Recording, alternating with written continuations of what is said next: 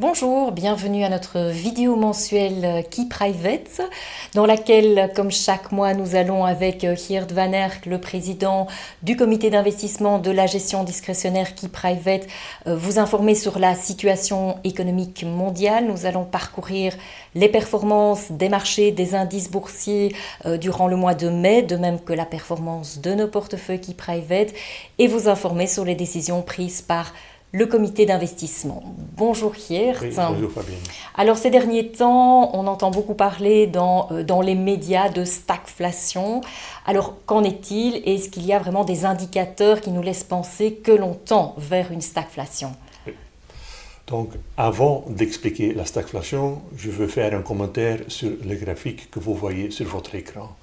Ici, on voit la production industrielle sur le plan global, en tenant compte de la Chine, qui est une économie très très importante pour l'économie mondiale, et la production annuelle, sauf la Chine. Donc on exclut les chiffres de la Chine. Qu'est-ce qu'on constate? Si on inclut la Chine dans l'évolution de la production industrielle, on voit vraiment un ralentissement de l'économie mondiale. Nous nous trouvons actuellement en dessous du niveau de 50 points, donc ça veut dire vraiment un ralentissement de l'activité macroéconomique. Mais si on enlève les statistiques de la Chine, on constate que nous nous trouvons actuellement au-dessus du niveau de 50 points. Donc vous voyez un grand impact de la crise du corona en Chine. Le gouvernement chinois a réagi, a arrêté la production dans certaines régions du pays. Et donc voilà un grand impact sur l'économie mondiale. Oui. Parce que la Chine est considérée comme l'usine du monde.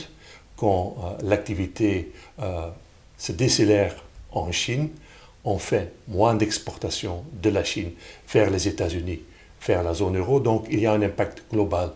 Mais donc ici, on constate le grand impact de la Chine sur le ralentissement macroéconomique. Et cela nous amène vers la stagflation. Aujourd'hui, on sait lire beaucoup des articles sur la stagflation. Qu'est-ce que cela veut dire, la stagflation? C'est-à-dire qu'il y a peu de croissance macroéconomique, mais l'inflation reste très très élevée. Et ici, on fait la combinaison de l'inflation et de la production industrielle. Et qu'est-ce qu'on constate? Oui, en bleu, les prix continuent à monter, donc l'inflation reste très très élevée sur le plan mondial, mais en orange, on voit ce retournement de la production industrielle, donc la décélération de l'activité macroéconomique qui représente jusqu'à présent peut-être le premier signal qu'on arrive dans une phase de stagflation. Et comme je l'ai déjà dit, il y a quand même un grand impact de la Chine. En Chine, on voit vraiment une décélération de l'activité macroéconomique avec évidemment des conséquences sur le plan global. Fabienne. Alors voyons maintenant les performances des marchés durant le mois de mai que l'on peut qualifier de plutôt mouvementées, aussi bien sur les classes d'actifs actions que sur les obligations. Oui, c'est quand même des mois assez historiques parce que oui, on voit qu'il y a des corrections sur les marchés des actions. Il y a aussi les taux longs qui montent, donc ça veut dire qu'il y a des pressions sur le marché obligataire. Et oui, à partir de fin avril, on voit aussi que les matières premières ne continuent plus à monter. Donc chaque classe d'actifs a sa correction à l'heure actuelle.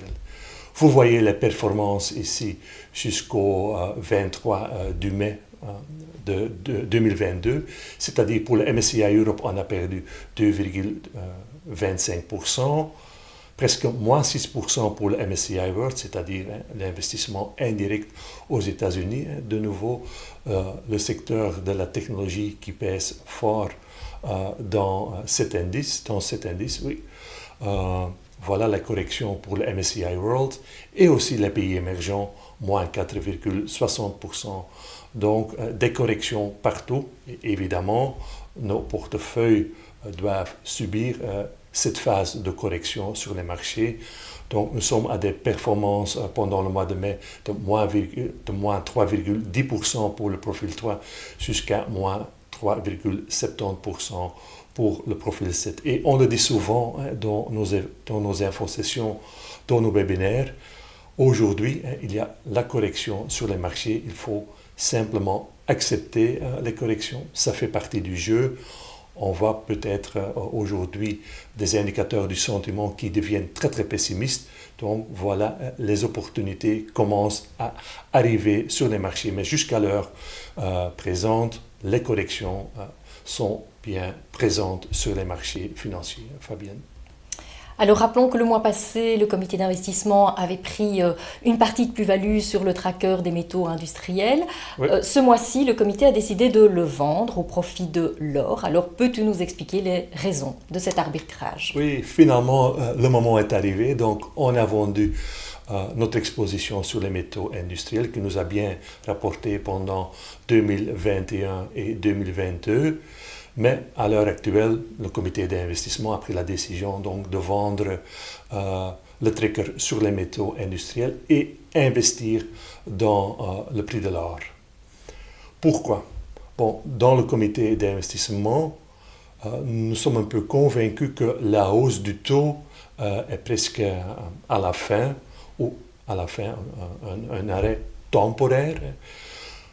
Et ici, le graphique montre la corrélation entre les 10 ans américains et le ratio ou la performance relative entre le cuivre et l'or. Qu'est-ce qu'on doit retenir? Si on voit un mouvement à la hausse des taux longs, c'est en faveur d'un investissement en métaux industriels dont le cuivre fait partie. On le voit très très bien pendant 2021, les taux longs montent et le cuivre surperforme le prix de l'or. Maintenant, les taux longs sont bien montés. Le comité d'investissement est d'avis que peut-être une correction à la baisse commence pour les taux. Donc, de cette façon, une phase baissière des taux est plutôt en faveur d'un investissement en or. Donc, voilà l'argument du comité d'investissement pour faire un premier investissement dans le prix de l'or, c'est-à-dire nous nous attendons à une baisse, une phase corrective sur le marché obligataire, donc une baisse des taux longs et qui était plutôt en faveur du prix de l'or. Fabienne. Mais voyons donc maintenant la composition actuelle des portefeuilles Key Private. Oui, donc d'abord, vous le savez, la correction est partout sur les marchés financiers, donc on conserve la position de liquidité de 15%. Le mois passé, on a déjà vendu, ici pour le profil 3 et pour le profil 5, on a déjà vendu 5% du tracker sur les métaux industriels. Aujourd'hui, on vend les 5% qui existent encore dans le portefeuille et on fait, avec la vente, ces 5%, on fait l'investissement dans le prix de l'or. Donc ici, pour le profil 5, vous le voyez, le 5% investi en métaux industriels est remplacé par un investissement dans le prix de l'or. Pour les profils plus dynamiques, à partir du 6 jusqu'au profil 10, et on peut investir jusqu'à 15% dans les matières premières. Mais ici, on fait un investissement de 10% pour le profil 5. Donc, oui, pour les profils, pour les portefeuilles Key Private, on reste avec un niveau de liquidité de 15% et on remplace le tracker sur les métaux industriels pour investir dans le prix de l'or. Fabienne. Peux-tu nous résumer les points essentiels à retenir pour ce mois-ci? Oui. Donc pour la partie macroéconomique, oui, la Chine nous rapproche d'un scénario de stagflation. On l'a vu, il y a de nouveau du corona en Chine. Le gouvernement chinois a réagi et donc beaucoup d'usines sont fermées et cela a évidemment des conséquences pour l'économie globale, pour l'économie mondiale. On a vendu notre position en métaux industriels et on fait un premier investissement dans le prix de l'or. Nous sommes quand même un peu défensifs dans nos portefeuilles parce que le niveau de liquidité reste à 15%. Fabienne. Eh bien, on en arrive donc à notre tableau des performances nettes cumulées. Peux-tu donc nous résumer les performances tenant compte de la volatilité de ce mois de mai? Oui. D'abord, je fais un commentaire sur les performances de 2022 et nous sommes pour le profil 3, le profil 5, nous sommes à -8, tandis que pour les profils un peu plus dynamiques et très agressifs, nous sommes à -7 jusqu'à -8,50%. Pour les profils plutôt dynamiques, agressifs, il ne faut pas oublier qu'une grande majorité des bourses européennes, mais aussi les bourses américaines et surtout les actions du secteur de la technologie, et là nous sommes actuellement à des pertes de -12, -13%, même certains indices pour le secteur de la technologie sont à -20%. Donc d'un point de vue relatif, nous limitons les pertes dans les portefeuilles dynamiques agressifs. Pour les profils neutres, nous sommes à -8, mais comme je l'ai déjà dit, cette année, même depuis janvier 2022, le marché des actions, le marché des obligations connaît donc des corrections. Et comme je l'ai déjà dit, il faut simplement accepter les corrections annuelles. Donc, pour les rendements nets cumulés depuis le lancement de KeyPrivate en janvier 2016, nous sommes pour le profil 5, pour le profil 7, à des rendements cumulés de presque 11 à 20%, Fabienne. Merci beaucoup, Geert. Donc, ne pas paniquer, accepter la volatilité actuelle des marchés. Et bien voilà, je vous remercie pour votre attention et nous vous donnons rendez-vous début juillet pour notre prochaine vidéo mensuelle.